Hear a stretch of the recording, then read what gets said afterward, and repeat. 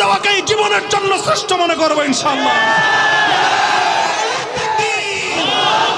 নারী জাতির জন্য এর চেয়ে কলঙ্কের আর প্রস্তাব কি হতে পারে?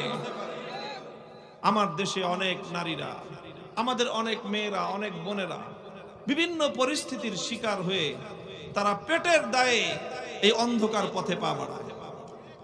কোন নারী স্বেচ্ছায় আনন্দে এই ভয়ঙ্কর জঘন্য অস্বস্তি এবং এই অন্ধকার পথে কোন নারী কোনোদিন পা বাড়ায় না।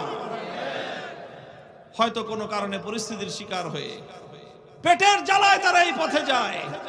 রাষ্ট্র এবং সরকারের দায়িত্ব ছিল এই সকল অন্ধকার পথের সকল আমার মেয়েদেরকে, আমাদের বোনদেরকে অন্ধকার পথ থেকে ফিরিয়ে এনে স্বাভাবিক জীবন যাপন করবার মতো ব্যবস্থা করে তাদেরকে সমাজে পুনর্বাসন করা।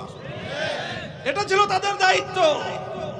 এদেশের আলেম সমাজ সে কাজটাই করে এবং আমরা সেটাই করতে চাই। বাংলাদেশে যত যৌনকর্মী রয়েছে, যত পতিতা রয়েছে, তাদেরকে সসম্মানে সমাজে পুনর্বাসন করা হোক। তাদের ভরণ পোষণের দায়িত্ব রাষ্ট্রকে গ্রহণ করতে হবে।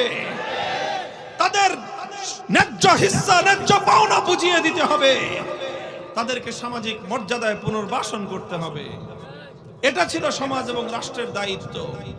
সেটা না করে উল্টো আরো নতুন করে পতিতা তৈরি করবার কারখানা খুলতে চায়।